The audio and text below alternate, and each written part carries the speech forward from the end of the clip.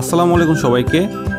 আজ আমি আসছি চীনের শেনজেন শহরে অবস্থিত একটা সাফারি পার্কে এবং এই পার্কটি খুবই বিখ্যাত, খুবই দৃষ্টিনন্দন এবং এখানে দেশ বিদেশের অনেক ধরনের জীবজন্তু আছে।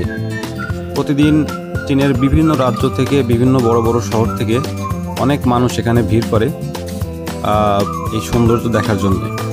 আর এখানে ঢুকতে টিকিট 200 RMB করে পড়বে, যেটা বাংলা টাকায় 3500 টাকা মতো। তো চলুন সবাই মিলে উপভোগ করা যাক। প্রথমে দেখা যাচ্ছে বাঘ মামা। এই বাঘটি কোন দেশের হতে পারে আপনাদের মনে হয়? এটা কি রয়্যাল বেঙ্গল টাইগার নাকি কোনো ইন্ডিয়ান অরিজিনের বাঘ? আপনারা কমেন্ট করে আমাকে জানাতে পারেন। মামা তার সুইমিং পুলের সামনে দিয়ে হাঁটতেছে। এক একটা বাঘ আমার মনে হচ্ছে মিনিমাম 7 ফিট হবে, যদি 2 পায়ে তারা দাঁড় হয়।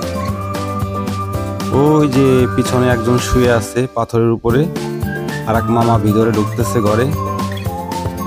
আর এখানে গ্রাউন্ডে 2টা। বাপ রে বাপ, এর সামনে যে পড়বে তাকে একদম চিরে ফেলে ফেলবে।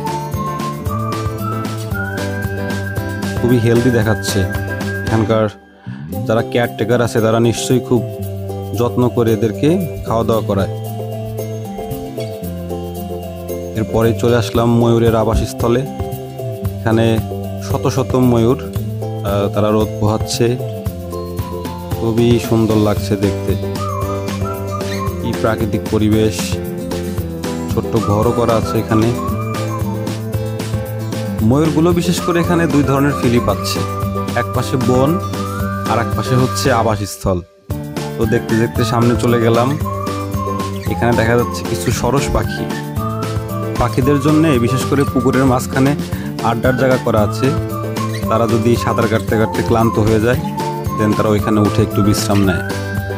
এখানে যে খুঁটিগুলো দেখা যাচ্ছে, এগুলো স্থাপন করা হয়েছে একটা বিশেষ কালা বানরের জন্যে।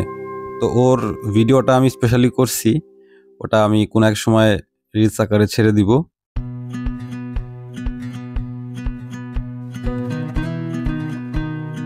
এবার একটু সামনে আগাতেই দেখলাম বাঘের ডেরা।